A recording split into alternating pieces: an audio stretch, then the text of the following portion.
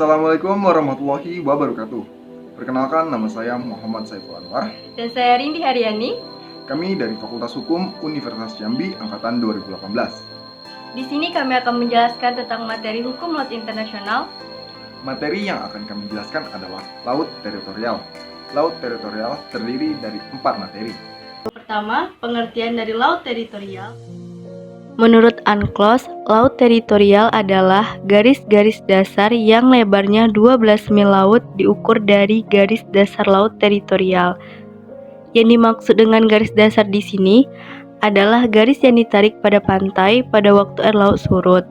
Negara pantai mempunyai kedaulatan atas laut teritorial, ruang udara di atasnya, dasar laut, dan tanah di bawahnya, serta kekayaan alam yang terkandung di dalamnya, di mana dalam pelaksanaannya kedaulatan atas laut teritorial ini tunduk pada ketentuan hukum internasional. Di dalam laut teritorial berlaku juga hak lintas laut damai bagi kendaraan-kendaraan air asing.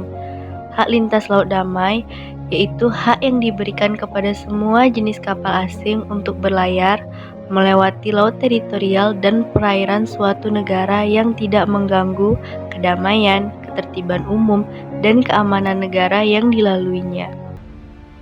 Di laut teritorial, kapal dari semua negara, baik negara berpantai ataupun tidak berpantai, dapat menikmati hak lintas damai melalui laut teritorial.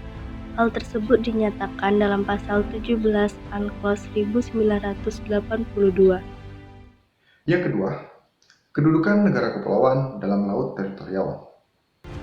Sedangkan untuk negara kepulauan seperti Indonesia, Jepang, dan Filipina, laut teritorial meluas ke jalur laut yang berdekatan dengan perairan kepulauan, yang disebut perairan pedalaman, termasuk dalam definisi kedaulatan laut teritorial, termasuk ruang udara di atas laut teritorial dan dasar laut dan lapisan tanah di dalamnya. Kedaulatan atas laut teritorial yang dilakukan berdasarkan ketentuan Konvensi PBB tentang hukum laut. Perairan pesisir dapat diperpanjang paling banyak 12 mil laut. Yang ketiga, cara menentukan garis batas laut teritorial.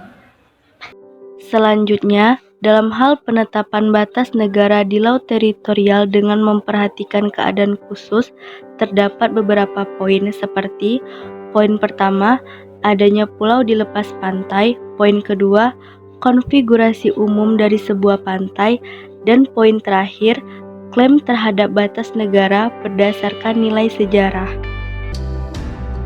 Penetapan garis batas wilayah laut teritorial terjadi atas keadaan dua negara yang letaknya berhadapan atau berdampingan satu sama lain. Hal ini diatur dalam pasal 15 UNCLOS 1982 yang menyatakan dalam hal pantai dua negara yang letaknya berhadapan atau berdampingan satu sama lain, tidak satu pun di antaranya berhak, kecuali ada persetujuan di antara mereka untuk menetapkan batas laut teritorialnya melebihi garis tengah yang titik-titiknya sama jaraknya dari titik-titik terdekat pada garis-garis pangkal di mana lebar laut teritorial masing-masing negara diukur. Tetapi ketentuan tersebut tidak berlaku apabila terdapat alasan hak historis atau keadaan khusus lain yang menyebabkan perlunya menetapkan batas laut teritorial antara kedua negara menurut suatu cara yang berlainan. Yang keempat, pengaturan hukum laut internasional dalam laut teritorial.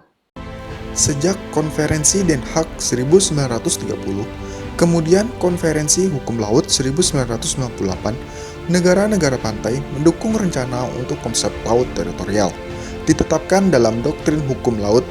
Kemudian, ketentuan laut teritorial dikodifikasikan dalam Konvensi Hukum Laut 1982, UNCLOS.